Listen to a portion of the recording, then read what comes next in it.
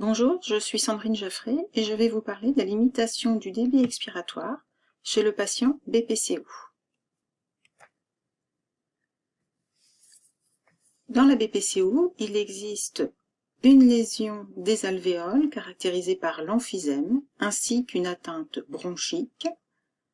L'association de cette atteinte des alvéoles va avoir comme conséquence une baisse de la pression de recul élastique. Et l'atteinte bronchique va être responsable de l'augmentation des résistances bronchiques. L'association de ces deux phénomènes va être responsable de la limitation du débit expiratoire. De façon normale, l'expiration est un phénomène passif et la force de recul élastique des alvéoles, associée à la force de traction qui s'exerce au niveau des bronches, va permettre l'écoulement du débit expiratoire.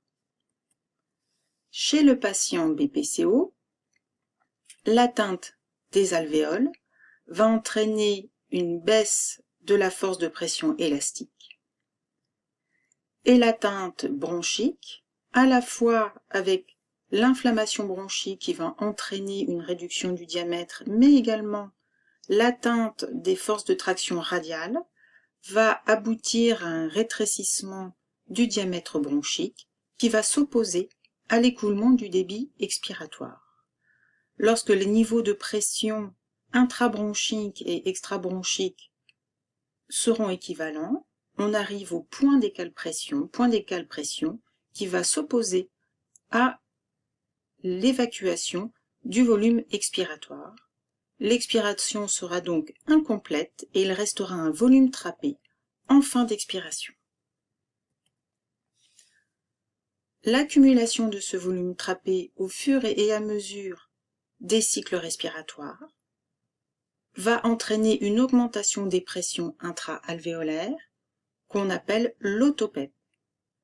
Pour chaque cycle respiratoire, il faudra lutter contre cette autopep pour déclencher une inspiration. Il va donc y avoir, comme conséquence, une augmentation du travail respiratoire. Cette augmentation du travail respiratoire est responsable de la dyspnée.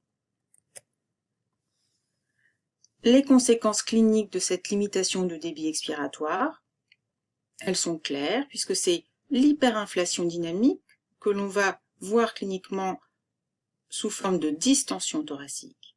Il existe également un déplacement de la courbe pression-volume qui est responsable d'un coût énergétique plus important à chaque cycle respiratoire. Et bien sûr, une dyspnée d'effort précoce. Ainsi, à l'exercice, le patient BPCO va pouvoir certes augmenter son volume courant, mais de façon réduite par rapport au sujet normal, d'autant plus qu'il part d'un volume résiduel plus important. L'augmentation du volume courant se fait aux dépens du volume de réserve inspiratoire.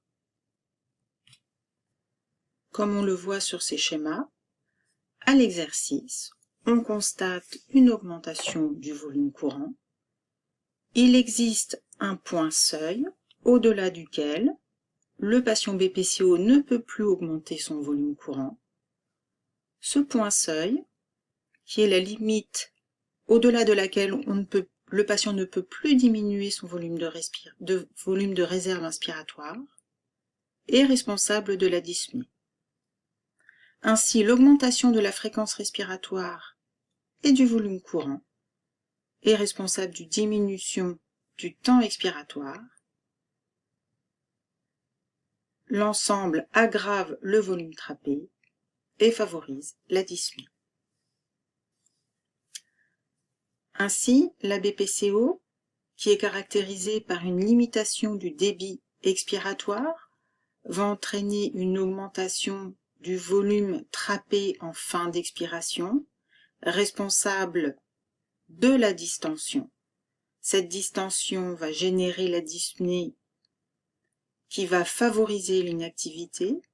Cette inactivité va diminuer la capacité à l'exercice, entraîner le déconditionnement, l'ensemble étant responsable d'une diminution de la qualité de vie. Ce cercle est bien connu. Et donc, la limitation du débit expiratoire est une composante essentielle de l'hyperinflation dynamique et de l'auto-PEP.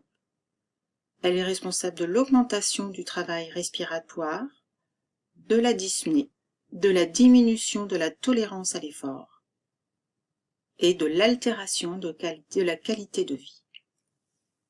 Je vous remercie.